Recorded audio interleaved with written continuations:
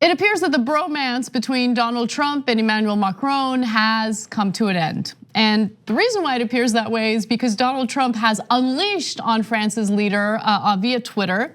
This is following Macron's speech regarding the European Union and how it needs to build up its own army and defense. Trump was triggered by that apparently.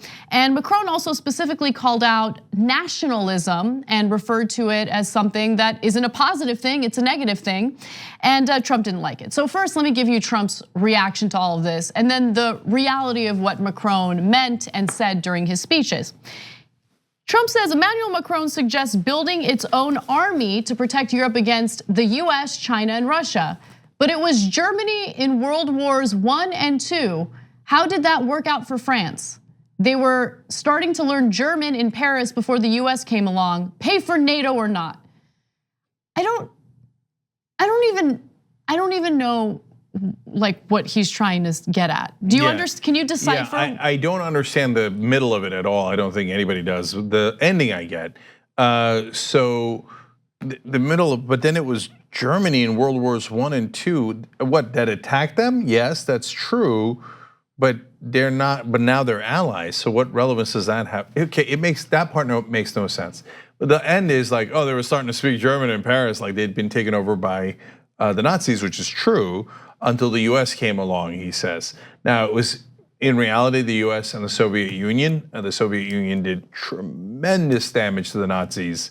And so together we defeated the Nazis before, of course, we did the Cold War against one another. So he's doing a dig on them. Ha ha, you lost without us.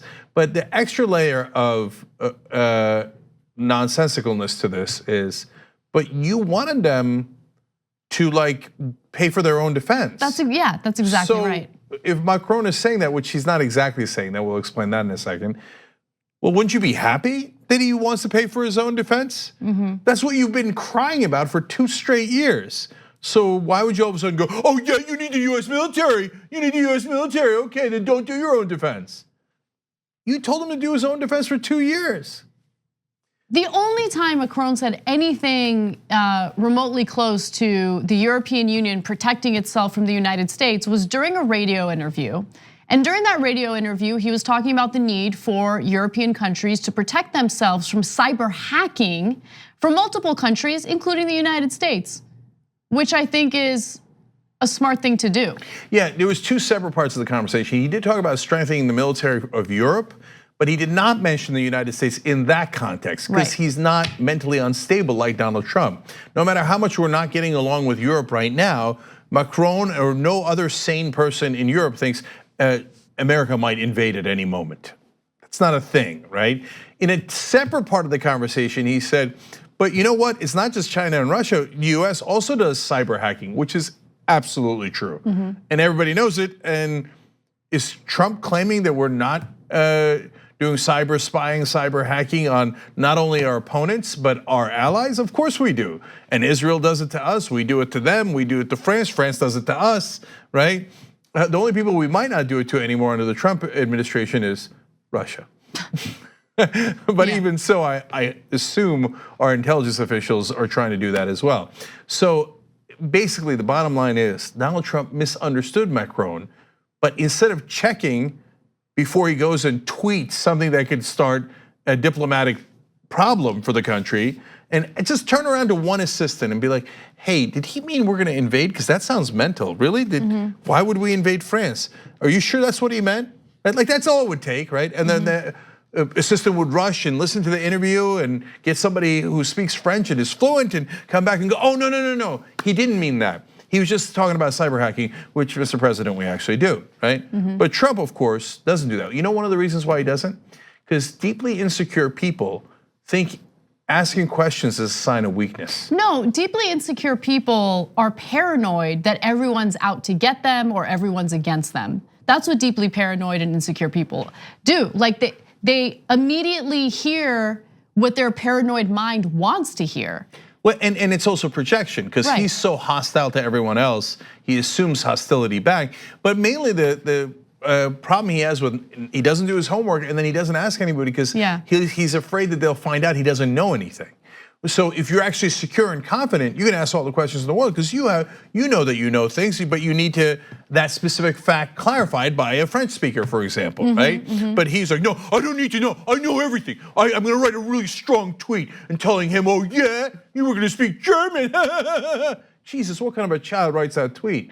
That's the president of the United States. Yeah. And again, I feel bad to children across the world. Because we keep insulting them. I know, by comparing them, because this guy's an imbecile. Most children wouldn't do that. So, okay, now look, to be fair, Macron, in a totally different statement, did get at Trump, and that's what is actually behind all this. So Trump should have done his homework on what Macron actually said before he went and tweeted. But what got under his skin was Macron criticized nationalism. By the way, there were nationalists who did occupy France. Those were the Nazis. And so it's super ironic for Trump to turn around and go, no, you were speaking German until we came along. That's because they were taken over by people that call themselves nationalists, like you're calling yourself a nationalist. That's what Macron was warning about, and he's absolutely right. Right, he was warning about that, and while speaking about nationalism, he said that our demons are resurfacing. And so he didn't name Trump specifically, but it was clear that he was referring to Trump because Trump, during a rally, referred to himself as a proud nationalist. And so again, thin-skinned president can't handle even a little tiny bit of criticism, loses it, and immediately takes to Twitter to cry and whine about things. Like, I just want a president who's strong.